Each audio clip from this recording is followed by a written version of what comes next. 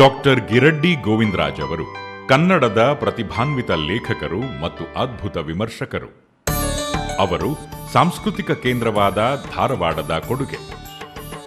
ಗಿರಡ್ಡಿ ಅವರು ಹುಟ್ಟಿದ್ದು ಇಂದಿನ ಗದಗ್ ಜಿಲ್ಲೆ ರೋಣ ತಾಲೂಕಿನ ಅಬ್ಬಿಗೇರಿಯಲ್ಲಿ 1939ನೇ ಇಸವಿ ಸೆಪ್ಟೆಂಬರ್ 22ರಂದು. ಇವರ ತಂದೆ ಅಂದಾನಪ್ಪ, ತಾಯಿ ಸಂಗಮ್ಮ. ಅವರ ಕುಟುಂಬ ಒಕ್ಕಲುತನದಲ್ಲಿ ನಿರತವಾಗಿದ್ದು ಅವರ ಬಾಲ್ಯ ಬೇಸಾಯದ ಚಟುವಟಿಕೆಗಳ ನಡುವೆ ಕಳೆಯಿತು.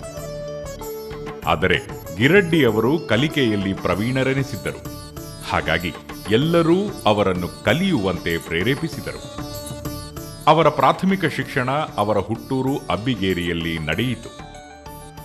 ಮಾಧ್ಯಮಿಕ ಮತ್ತು ಹೈಸ್ಕೂಲು ವಿದ್ಯಾಭ್ಯಾಸಗಳು ನರೇಗಲ್ಲು ಮತ್ತು ರೋಣದಲ್ಲಿ ಜರುಗಿದವು. ನಂತರ ಧಾರವಾಡದಲ್ಲಿ ಕರ್ನಾಟಕ ಕಾಲೇಜು ಸೇರಿದರು. ಕಾಲೇಜಿನಲ್ಲಿ ಇಂಗ್ಲಿಷ್ BAಯನ್ನು, ನಂತರ ಅದೇ ವಿಷಯದಲ್ಲಿ ಸ್ನಾತಕೋತ್ತರ ಪದವಿಯನ್ನು ಪಡೆದರು. ಕೆಲ ವರ್ಷಗಳ ಧಾರವಾಡದ ಉದ್ಯೋಗದ ನಂತರ ಹೈದರಾಬಾದಿನ ಸೆಂಟ್ರಲ್ ಸ್ಕೂಲ್ ಆಫ್ ಇಂಗ್ಲಿಷ್ನಲ್ಲಿ ಡಿಪ್ಲೊಮಾ ಇನ್ ಇಂಗ್ಲಿಷ್ ಉನ್ನತ ಅಧ್ಯಯನ ಮಾಡಿ ಅದರಲ್ಲಿ ಪ್ರಥಮ ರ್ಯಾಂಕ್ ಪಡೆದರು. ಬ್ರಿಟಿಷ್ ಕೌನ್ಸಿಲ್ ಸ್ಕಾಲರ್ಶಿಪ್ ಪಡೆದು ಲ್ಯಾಂಕಸ್ಟರ್ ವಿಶ್ವವಿದ್ಯಾನಿಲಯದಲ್ಲಿ ಅನ್ವಯಿಕ ಭಾಷಾಶಾಸ್ತ್ರದಲ್ಲಿ ವಿಶೇಷ ಅಧ್ಯಯನ ನಡೆಸಿ ಸ್ನಾತಕೋತ್ತರ ಪದವಿ ಪಡೆದರು. ನಂತರ ಶೈಲಿಶಾಸ್ತ್ರ ಮಹಾಪ್ರಬಂಧ ರಚಿಸಿ ಗುಲ್ಬರ್ಗಾ ವಿಶ್ವವಿದ್ಯಾನಿಲಯದಿಂದ ಡಾಕ್ಟರೇಟ್ ಪದವಿ ಪಡೆದುಕೊಂಡರು. ಪದವಿ ಮುಗಿಸಿ 1963ರಲ್ಲಿ ಹನುಮನಹಟ್ಟಿಯ ಗ್ರಾಮೀಣ ಮಹಾವಿದ್ಯಾಲಯದಲ್ಲಿ ಇಂಗ್ಲಿಷ್ ಅಧ್ಯಾಪಕರಾಗಿ ತಮ್ಮ ವೃತ್ತಿ ಜೀವನ ಪ್ರಾರಂಭಿಸಿದರು. ಧಾರವಾಡದ ಕರ್ನಾಟಕ ಕಾಲೇಜಿನಲ್ಲಿ ಅಧ್ಯಾಪಕರಾಗಿ ಸೇರಿದ ಅವರು 1970ರವರೆಗೆ ಅಲ್ಲಿ ಬೋಧಿಸಿದರು.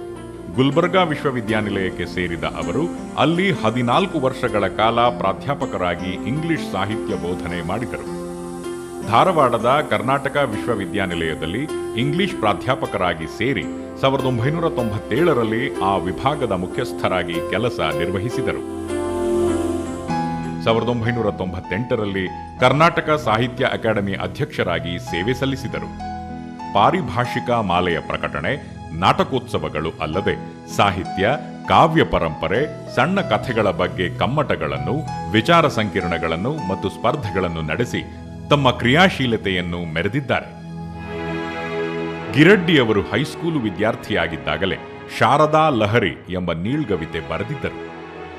ಇವರು ರಚಿಸಿದ ಕೃತಿಗಳು ಹೀಗಿವೆ: ರಸವಂತಿ ಕವನ ಸಂಕಲನ, ಮರ್ಲಿನ್ ಮನ್ರೋ ಇನ್ನಿತರ ಕವನಗಳು, ಆ ಮುಖ ಈ ಮುಖ. ಇವರು ಬರೆದ ಕಥೆಗಳೆಂದರೆ ಹಂಗು ಮತ್ತು ಇತರ ಕಥೆಗಳು, ಒಂದು ಬೇವಿನ ಮರದ ಕಥೆ, ಆಯ್ದ ಕಥೆಗಳು, ಕಥಾ ಸಂಕಲನ. ಮಣ್ಣು ಇವರ ಒಂದು ಕಿರು ಕಾದಂಬರಿ. ಅವರ ವಿಮರ್ಶಾ ಬರಹಗಳು ಹೀಗಿವೆ: ಸಣ್ಣ ಕಥೆಯ ಹೊಸ ಒಲವುಗಳು, ನವ್ಯ ವಿಮರ್ಶೆ, ಜನಪದ ಕಾವ್ಯ, ಕಾದಂಬರಿ ವಸ್ತು ಮತ್ತು ತಂತ್ರ, ನಾಟಕ ಸಾಹಿತ್ಯ ಮತ್ತು ರಂಗಭೂಮಿ, ಇಂಗ್ಲೆಂಡಿನ ರಂಗಭೂಮಿ, ಸಾತತ್ಯ, ಕನ್ನಡ ಡೈಗ್ಲಾಷಿಯಾ ಭಾಷಾಶಾಸ್ತ್ರ, ಇಂಗ್ಲಿಷಿನಲ್ಲಿ ಇಂಟ್ರೊಡಕ್ಷನ್ ಟು ಜನರಲ್ ಲಿಂಗ್ವಿಸ್ಟಿಕ್ಸ್. 1983ರಲ್ಲಿ ಸಂಕ್ರಮಣ ಪತ್ರಿಕೆಯ ಸ್ಥಾಪಕ ಸಂಪಾದಕರಲ್ಲಿ ಇವರೂ ಒಬ್ಬರು. ಅವರ ಅದ್ಭುತ ಸೃಜನಾತ್ಮಕ ಕೃತಿ ಎಂದರೆ ವಚನ ವಿನ್ಯಾಸ. ಇದು ವಚನಗಳ ನಿಜ ಅರ್ಥ ಮತ್ತು ಅವುಗಳ ಆಶಯಗಳ ಮೇಲೆ ಹೊಸ ಬೆಳಕು ಚೆಲ್ಲುತ್ತದೆ. ನವ್ಯ ವಿಮರ್ಶೆ ಅವರ ವಿಮರ್ಶಾ ಪ್ರತಿಭೆಗೆ ಒಂದು ಉತ್ತಮ ಸಾಕ್ಷಿ.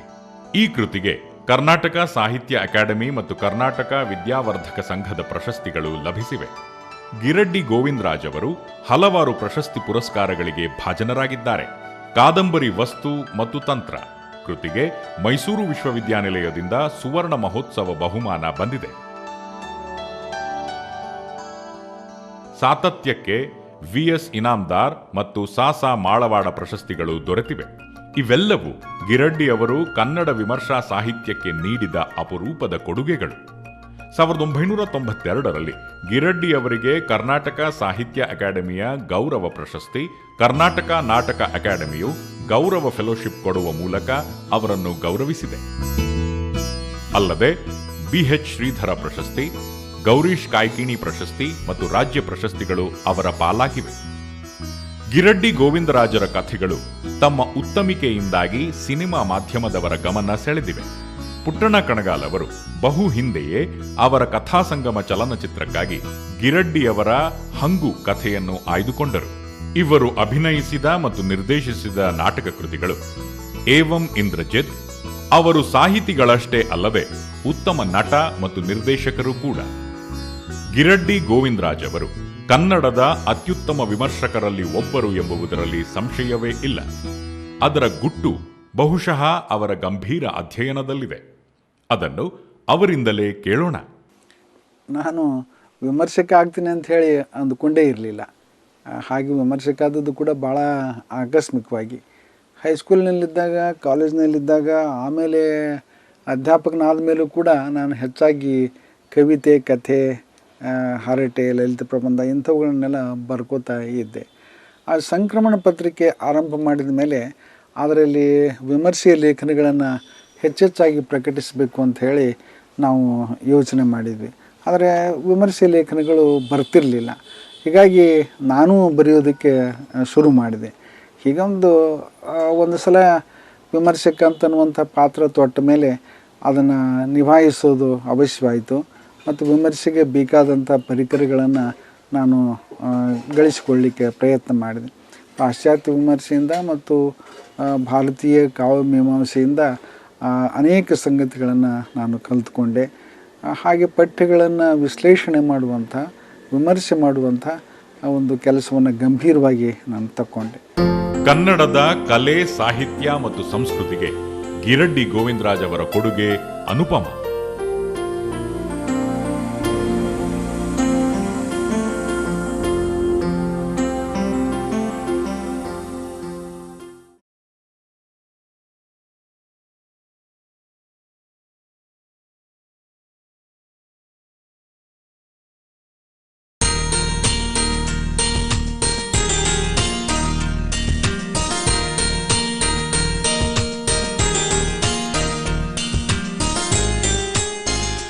ಡಾಕ್ಟರ್ ಸಿದ್ಧಲಿಂಗ ಪಟ್ಟಣಶೆಟ್ಟಿ ಅವರು ಧಾರವಾಡದ ಸಾಂಸ್ಕೃತಿಕ ಮತ್ತು ಸಾಹಿತ್ಯಿಕ ವೃತ್ತದಲ್ಲಿ ಹಾಗೂ ಕನ್ನಡದ ನಾಟಕ ರಂಗದಲ್ಲಿ ಒಂದು ದೊಡ್ಡ ಪ್ರತಿಭೆ. ಡಾಕ್ಟರ್ ಸಿದ್ಧಲಿಂಗ ಪಟ್ಟಣಶೆಟ್ಟಿ ಅವರು ಹುಟ್ಟಿದ್ದು 1939 ಇಸವಿ ನವೆಂಬರ್ 3ರಂದು ಧಾರವಾಡದ ಯಾದವಾಡದಲ್ಲಿ. ಅವರ ತಂದೆ ಬಸೆಟ್ಟಪ್ಪ, ಅವರ ತಾಯಿ ಗಿರಿಜಾದೇವಿ. ಅವರ ಪ್ರಾಥಮಿಕ ವಿದ್ಯಾಭ್ಯಾಸ ಧಾರವಾಡದ ಸಮೀಪದ ಮನಗುಂಡಿಯಲ್ಲಿಯೂ, ಮಾಧ್ಯಮಿಕ ವಿದ್ಯಾಭ್ಯಾಸ ಧಾರವಾಡದಲ್ಲಿಯೂ, ಪದವಿಯು ಕರ್ನಾಟಕ ಕಾಲೇಜಿನಲ್ಲಿ ಜರುಗಿದವು. ನಾನು ಬಾಲ್ಯದ ಸುಮಾರು 8-10 ವರ್ಷಗಳನ್ನು ಗ್ರಾಮದಲ್ಲಿ ಕಳೆದವನು. ಆನಂತರ ಧಾರವಾಡಕ್ಕೆ ಬಂದ ಮೇಲೆ ಇಲ್ಲಿಯ ನಾಗರಿಕ ಬದುಕು, ಆ ಮೊದಲಿನ ಗ್ರಾಮೀಣ ಬದುಕು ಎರಡೂ ನನ್ನಲ್ಲಿ ಮೇಳವಿಸಿ ನನ್ನನ್ನು ಸೃಷ್ಟಿಶೀಲತೆಗೆ ಪ್ರೇರಿಸಿದವು. ಅನೇಕ ಹಿಂದಿ ಪರೀಕ್ಷೆಗಳನ್ನು ಪಾಸು ಮಾಡಿಕೊಂಡಿದ್ದ ಅವರು ಚಿಕ್ಕಂದಿನಲ್ಲೇ ಹಿಂದಿಯಲ್ಲಿ ಶ್ರೇಷ್ಠ ವಾಗ್ಮಿ ಎಂದು ಖ್ಯಾತರಾಗಿದ್ದರು. ಪದವಿಯ ನಂತರ ಕರ್ನಾಟಕ ವಿಶ್ವವಿದ್ಯಾನಿಲಯದ ಹಿಂದಿ ಭಾಷೆಯಲ್ಲಿ MA ಪಾಸಾದರು. ಆನಂತರ ಮೈಸೂರು ವಿಶ್ವವಿದ್ಯಾನಿಲಯದಿಂದ PhD ಪದವಿ ಪಡೆದರು. ಸಿದ್ಧಲಿಂಗ ಪಟ್ಟಣಶೆಟ್ಟರು ವೃತ್ತಿಯಿಂದ ಹಿಂದಿ ಭಾಷಾ ಬೋಧಕರು. ಅವರು ಧಾರವಾಡದ ಕರ್ನಾಟಕ ಕಾಲೇಜಿನ ಹಿಂದಿ ವಿಭಾಗದಲ್ಲಿ ಪ್ರಾಧ್ಯಾಪಕ ಮತ್ತು ಮುಖ್ಯಸ್ಥರಾಗಿ ದೀರ್ಘಕಾಲ ಕೆಲಸ ಮಾಡಿದ್ದಾರೆ. ಕರ್ನಾಟಕ ನಾಟಕ ಅಕಾಡೆಮಿಯ ಸದಸ್ಯರಾದ ಅವರು ಉತ್ತಮ ರಂಗ ನಟರೂ ಕೂಡ. ಭಾರತ ಸರ್ಕಾರದ ಕೇಂದ್ರೀಯ ಶಿಕ್ಷಣ ಮಂಡಳಿಯ ಆಡಳಿತ ಸಮಿತಿಯ ಸದಸ್ಯರಾಗಿಯೂ ಅವರು ಸೇವೆ ಸಲ್ಲಿಸಿದ್ದಾರೆ. ಅನುವಾದಗಳನ್ನು ಸೇರಿಸಿ ಸುಮಾರು 70ಕ್ಕೂ ಹೆಚ್ಚು ಕೃತಿಗಳು ಅವರ ಲೇಖನಿಯಿಂದ ಹೊರಬಿದ್ದಿವೆ. ಪಟ್ಟಣಶೆಟ್ಟಿಯವರು ಪ್ರಮುಖವಾಗಿ ಕವಿ. ಅವರು ಇದುವರೆಗೂ 13 ಕವನ ಸಂಕಲನಗಳನ್ನು ಪ್ರಕಟಿಸಿದ್ದಾರೆ. ಅವರ ಕಾವ್ಯಗಳಲ್ಲಿ ಭಾವನೆಯ ವಿವಿಧ ಛಾಯೆಗಳು ದಟ್ಟೈಸಿ ಮೂಡುತ್ತವೆ. ಜೊತೆಗೆ ಸಣ್ಣ ಕಥೆ ಮತ್ತು ವಿಮರ್ಶೆಗಳಲ್ಲಿಯೂ ಅವರು ನಿಪುಣರೆಂದು ಸಾಬೀತುಪಡಿಸಿದ್ದಾರೆ. ಸಂಕ್ರಮಣ ಪತ್ರಿಕೆಯ ಪ್ರಾರಂಭದಲ್ಲಿ ಅದರ ಸಂಪಾದಕರಾಗಿದ್ದರು.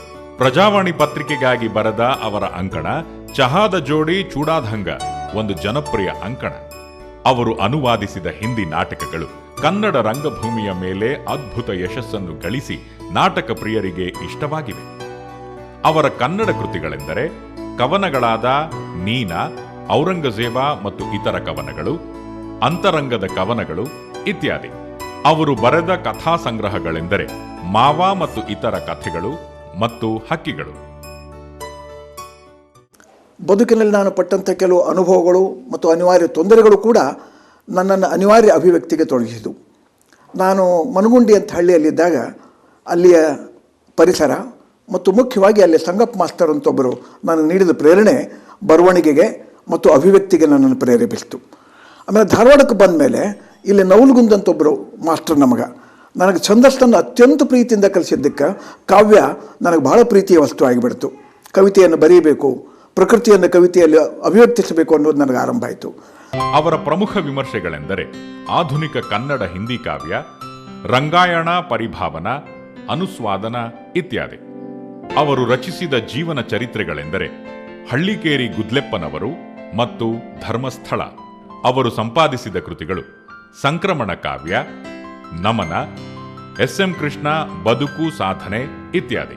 ಅವರು ಹಿಂದಿಯಿಂದ ಕನ್ನಡಕ್ಕೆ ಅನುವಾದಿಸಿದ ನಾಟಕಗಳು ಆಷಾಢದ ಒಂದು ದಿನ, ಅಂಧಯುಗ, ಸೂರ್ಯಾಸ್ತದಿಂದ ಸೂರ್ಯೋದಯದವರೆಗೆ, ಮುದ್ರಾ ರಾಕ್ಷಸ, ಕೋರ್ಟ್ ಮಾರ್ಷಲ್ ಇತ್ಯಾದಿ. ಅವರ ಕಾವ್ಯಗಳು ಕನುಪ್ರಿಯ ಮತ್ತು ಮೀರಾವಾಣಿ. ಅವರು ಅನುವಾದಿಸಿದ ಕಾದಂಬರಿಗಳು ಭಾರತಿ, ಮೀರಾಬಾಯ್, ಜಯಶಂಕರ ಪ್ರಸಾದ್ ಮತ್ತು ಸವಾಯಿ ಜಯಸಿಂಹ. ಅವರಿಂದ ರಚಿತವಾದ ಒಂದು ಉತ್ತಮ ವಿಚಾರ ಪ್ರಬಂಧ ಹೆಣ್ಣಿನ ಸ್ಥಾನಮಾನ, ಶೈಲ್ ಔರ್ ಸಾಗರ್ ಕಾವ್ಯ.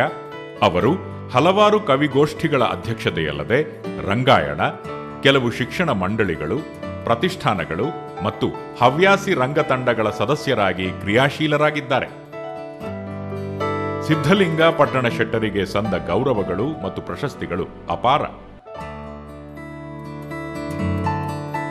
ಅವುಗಳಲ್ಲಿ ಮುಖ್ಯವಾದದ್ದು ಕರ್ನಾಟಕ ನಾಟಕ ಅಕಾಡೆಮಿ ಅವರಿಗೆ 1996ರಲ್ಲಿ ನೀಡಿದ ಗೌರವ ಫೆಲೋಶಿಪ್, 1998ರಲ್ಲಿ ಕರ್ನಾಟಕ ಸಾಹಿತ್ಯ ಅಕಾಡೆಮಿ ಗೌರವ ಪ್ರಶಸ್ತಿ, ಹಲವು ಗ್ರಂಥ ಪ್ರಶಸ್ತಿಗಳು, ಸಾಹಿತ್ಯ ಪ್ರಶಸ್ತಿಗಳೇ ಅಲ್ಲದೆ ಕಾವ್ಯ ಸುಧಾಕರ, ಕಾವ್ಯ ಗಂಗಾಧರ ಇತ್ಯಾದಿ ಬಿರುದುಗಳನ್ನು ಪಡೆದಿದ್ದಾರೆ. ಅವರು ಭಾರತೀಯ ಜೀವ ವಿಮಾ ನಿಗಮಕ್ಕೆ ಹಿಂದಿಯಲ್ಲಿ ಬರೆದುಕೊಟ್ಟ ನಿಗಮ ಗೀತೆ ರಾಷ್ಟ್ರೀಯ ಮಟ್ಟದಲ್ಲಿ ಅತ್ಯಂತ ಜನಪ್ರಿಯವಾಗಿದೆ. ಹೀಗೆ ಸಿದ್ಧಲಿಂಗ ಪಟ್ಟಣ ಶೆಟ್ಟರು ಕನ್ನಡ ಮತ್ತು ಹಿಂದಿ ಎರಡೂ ಭಾಷೆಗಳಲ್ಲಿ ಪಾಂಡಿತ್ಯ ಸಂಪಾದಿಸಿ ಸೃಜನಶೀಲರಾಗಿದ್ದಾರೆ. 8ನೇ ತಕ್ಕ ಹಿಂದಿ ಆವಾಗ ಮುಂಬೈ ಸರ್ಕಾರದ ಒಂದು ಭಾಗ ಆಗಿತ್ತು ಧಾರವಾಡ. ಬಹಳ ಕಂಪಲ್ಸರಿ ಸಬ್ಜೆಕ್ಟ್ ಅಂತ ಆಗಿದ್ದಕ್ಕೆ ನನಗೆ ಅನಿವಾರ್ಯವಾಯಿತು, ಕಲಿಬೇಕಾಯಿತು. ಆದರೆ ನಾನು ಫೇಲ್ ಆಗಿಬಿಟ್ಟೆ ಮೊದಲಿನ 3 ತಿಂಗಳ ಪರೀಕ್ಷೆಯಲ್ಲಿ.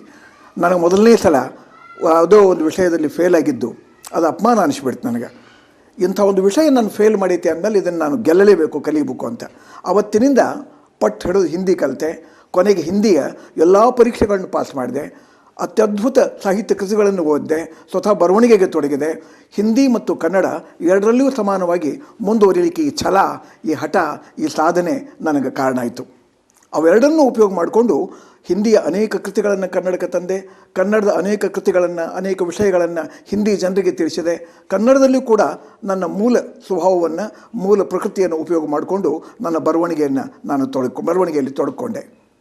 ಡಾಕ್ಟರ್ ಸಿದ್ಧಲಿಂಗ ಪಟ್ಟಣ ಶೆಟ್ಟಿಯವರು ಕನ್ನಡ ಮತ್ತು ಹಿಂದಿ ಭಾಷೆ ಎರಡರಲ್ಲೂ ಪ್ರಾವೀಣ್ಯತೆಯನ್ನು ಸಾಧಿಸಿ ಇಡೀ ದೇಶಕ್ಕೆ ಮಾದರಿಯಾಗಿದ್ದಾರೆ.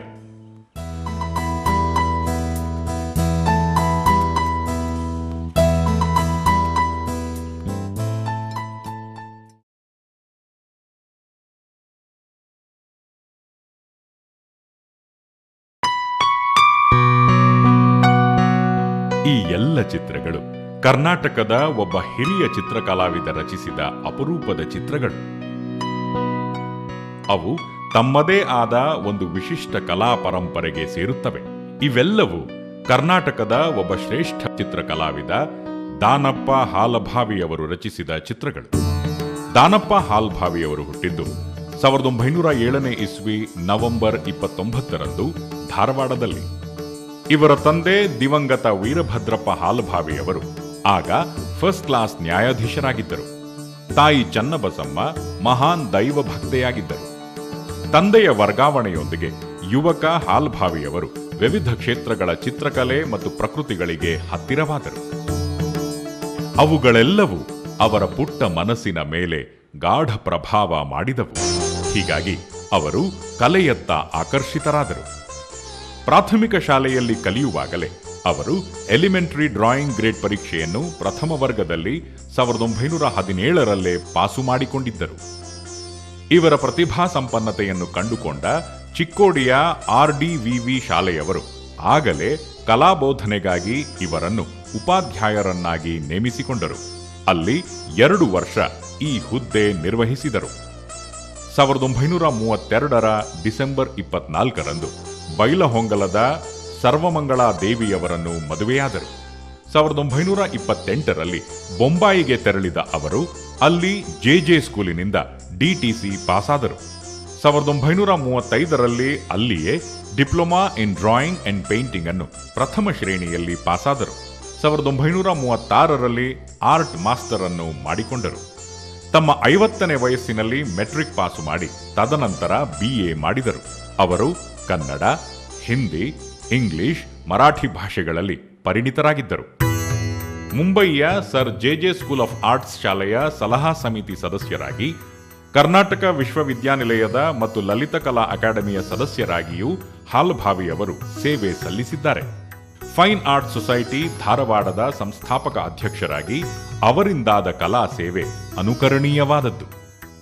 ಕಲಾ ಪ್ರಾಕಾರಗಳ ಅಧ್ಯಯನ ಮತ್ತು ಬೋಧನೆಗಳ ಕಾರಣ ಅವರು ಜಮ್ಮು ಕಾಶ್ಮೀರ, ಆಗ್ರಾ, ಬೊಂಬೈ, ಬೇಲೂರು, ಹಳೇಬೀಡು, ಅಜಂತಾ ಎಲ್ಲೋರಗಳೇ ಅಲ್ಲದೆ ಶ್ರೀಲಂಕಾಗಳಲ್ಲಿ ಸಂಚರಿಸಿದ್ದಾರೆ. ಹಾಲ್ಭಾವಿಯವರಿಗೆ ಕರ್ನಾಟಕ ರಾಜ್ಯೋತ್ಸವ ಪ್ರಶಸ್ತಿ, ಲಲಿತಕಲಾ ಅಕಾಡೆಮಿ ಪ್ರಶಸ್ತಿ, 1995ರಲ್ಲಿ ಪ್ರತಿಷ್ಠಿತ ಕೆ ವೆಂಕಟಪ್ಪ ಪ್ರಶಸ್ತಿಗಳು ದೊರಕಿವೆ. ಹುಬ್ಬಳ್ಳಿ ಧಾರವಾಡ ನಗರ ಪಾಲಿಕೆ, ದಾವಣಗೆರೆ ನಗರಸಭೆ, ಗೋಕಾಕ್ ನಗರಸಭೆ ಅಲ್ಲದೆ ಹಲವಾರು ಸಂಘ ಸಂಸ್ಥೆಗಳು ಇವರನ್ನು ಗೌರವಿಸಿವೆ. ಇವುಗಳಲ್ಲದೆ ಅವರಿಗೆ ಕಲಾ ಬಳ್ಳಿ, ಕರ್ನಾಟಕ ಸಂಸ್ಕೃತಿಯ ಕಲಾ ಜ್ಯೋತಿ, ಕಲಾ ಗುರು, ಕಲಾ ಶರಣ ಚಿತ್ರಕಲಾ ಲೋಕದ ಧ್ರುವತಾರೆ, ಕಲಾ ತಪಸ್ವಿ ಇತ್ಯಾದಿ ಅನೇಕ ಬಿರುದುಗಳು ಸಂದಿವೆ. ಕಲಾ ಪ್ರಪಂಚಕ್ಕೆ ಮೀಸಲಾದ ಆರ್ಟ್ ಗಿಲ್ಡ್ ಪತ್ರಿಕೆಯನ್ನು 1966ರಿಂದ 1974ರವರೆಗೆ ಹಾಲ್ಭಾವಿಯವರು ನಡೆಸಿದರು. ಆ ಕಾಲಕ್ಕೆ ಅಂಥದ್ದೊಂದು ಪತ್ರಿಕೆ ಅಪರೂಪದ್ದಾಗಿತ್ತು.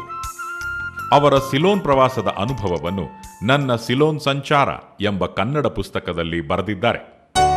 ಕಲೆ, ಸಂಸ್ಕೃತಿ ಮತ್ತು ವಿದ್ಯಾಭ್ಯಾಸಗಳಿಗೆ ತವರೂರಾದ ತಮ್ಮ ಹುಟ್ಟೂರು ಧಾರವಾಡದಲ್ಲಿ ತಮ್ಮ ಜೀವನದ ಗುರಿಯಾದ ಕಲಾ ಪ್ರಚಾರದ ದೃಷ್ಟಿ ಇಟ್ಟುಕೊಂಡು ಕರ್ನಾಟಕದಲ್ಲಿ ಇಲ್ಲದ ಸೌಲಭ್ಯವನ್ನು ದೊರಕಿಸಿಕೊಡುವ ಸದುದ್ದೇಶದಿಂದ 1935ರಲ್ಲಿ ಸ್ಕೂಲ್ ಆಫ್ ಆರ್ಟ್ ಅನ್ನು ಸ್ಥಾಪಿಸಿದರು. ಅದು ಆಗಲೇ drawing and painting, drawing teachers course, art master, photography ಮತ್ತು ಕರಕುಶಲತೆಯಲ್ಲಿ ಕೋರ್ಸುಗಳನ್ನು ತೆರೆದ ಕರ್ನಾಟಕದ ಮೊಟ್ಟ ಮೊದಲ ಕಲಾಶಾಲೆಯಾಗಿತ್ತು. RLS ಹೈಸ್ಕೂಲಿನಲ್ಲಿದ್ದ 1935ನೇ ಜೂನ್ 10ರಂದು ಪ್ರಾರಂಭವಾದ ಈ ಶಾಲೆ ಅವರ ಕನಸನ್ನು ನನಸು ಮಾಡಿತು. ಇಂದು ಅದು ಸ್ವಂತ ಕಟ್ಟಡವನ್ನು ಹೊಂದಿದ್ದು ಬೃಹದಾಕಾರವಾಗಿ ಬೆಳೆದು ನಿಂತಿದೆ. ಕೇವಲ 15 ವಿದ್ಯಾರ್ಥಿಗಳಿಂದ ಪ್ರಾರಂಭವಾದ ಇದು 1962ರಲ್ಲಿ ಬೆಳ್ಳಿ ಹಬ್ಬವನ್ನು, 1985ರಲ್ಲಿ ಸುವರ್ಣ ಮಹೋತ್ಸವವನ್ನು ಆಚರಿಸಿಕೊಂಡಿತು.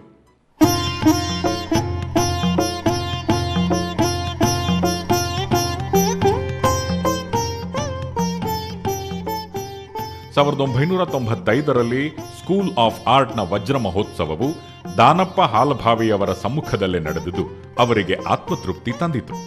ಈ ಸಂದರ್ಭದಲ್ಲಿ ಬಿಡುಗಡೆಗೊಂಡ ಸ್ಮರಣ ಸಂಚಿಕೆಗೆ ಕಲಾಕ್ಷೇತ್ರದ ಎಲ್ಲ ಗಣ್ಯರು ಲೇಖನ ಬರೆದು ಶುಭ ಹಾರೈಸಿದ್ದರು. ಇವರಿಂದ ರಚಿತವಾದ ಚಿತ್ರಕೃತಿಗಳ ಸೊಗಸು ಅವುಗಳನ್ನು ಹತ್ತಿರದಿಂದ ನೋಡಿದಾಗಲೇ ಅರಿವಾಗುವುದು. ಅವರ ವ್ಯಕ್ತಿಚಿತ್ರಗಳಾದ ರಾಜಾ ವಂಟಮೂರಿ ದೇಸಾಯಿಯವರದು, BD ಜತ್ತಿಯವರ ಭಿತ್ತಿಚಿತ್ರ ಮತ್ತು ಇತರೆ ಪ್ರಖ್ಯಾತ ವ್ಯಕ್ತಿಗಳ ಚಿತ್ರಗಳು ದೇಶದ ಹಲವಾರು ಊರುಗಳಲ್ಲಿ ನೆಲೆಗೊಂಡಿವೆ. ಈ ಕೆಲವು ಭಾವಚಿತ್ರಗಳು ದಾನಪ್ಪನವರ ಸೂಕ್ಷ್ಮ ಮಾನವ ಗ್ರಹಿಕೆಯಿಂದ ಕೂಡಿದ್ದು ರಜತ ಪಾರಿತೋಷಕಗಳನ್ನು ಗಳಿಸಿವೆ. ಅವರದು ಸಾಂಪ್ರದಾಯಿಕ ಶೈಲಿ. ಅವರು ಪ್ರಕೃತಿಯ ಕೂಸು. ವಿವಿಧ ವರ್ಣಗಳು ಅವರಿಗೆ ಪ್ರಿಯವಾದವು. ಅವರೊಬ್ಬ ಅಂತಃಸತ್ವ ಇರುವ ಕಲಾವಿದ.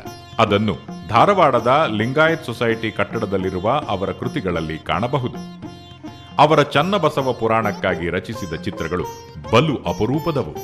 ದಾನಪ್ಪನವರಿಗೆ ವಿಶ್ವನಾಥ್ ಮತ್ತು ಸುರೇಶ್ ಗಂಡು ಮಕ್ಕಳು, ಪ್ರೇಮ, ಲೀಲಾ ಮತ್ತು ವಿಮಲಾ ಹೆಣ್ಣು ಮಕ್ಕಳು. ಅವರ ಮಗನಾದ ಸುರೇಶ್ ಡಿ ಹಾಲ್ಭಾವಿಯವರು ಅವರ ತಂದೆ ಪ್ರಾರಂಭಿಸಿದ ಸಂಸ್ಥೆಯ ಹೊಣೆ ಹೊತ್ತಿದ್ದಾರೆ. ತಮ್ಮ ತಂದೆಯ ಬಗ್ಗೆ ಏನು ಹೇಳುತ್ತಾರೋ ಬನ್ನಿ ಕೇಳೋಣ. ನಮ್ಮ ತಂದೆಯವರಾದ ದಿವಂಗತ ಡಿ ವಿ ಹಾಲ್ಭಾವಿಯವರು ಬಹಳ ಚಿತ್ರಕಲೆಯಲ್ಲಿ ಬಹಳ ಒಂದು ಆಸಕ್ತಿಯನ್ನು ಹೊಂದಿದ್ದರು. ಮೊದಲಿನಿಂದಲೂ ಅವರಿಗೆ ಚಿತ್ರಕಲೆಯನ್ನು ಬಿಟ್ಟು ಬೇರೆ ಯಾವುದೂ ತೋಚ್ತಿರಲಿಲ್ಲ.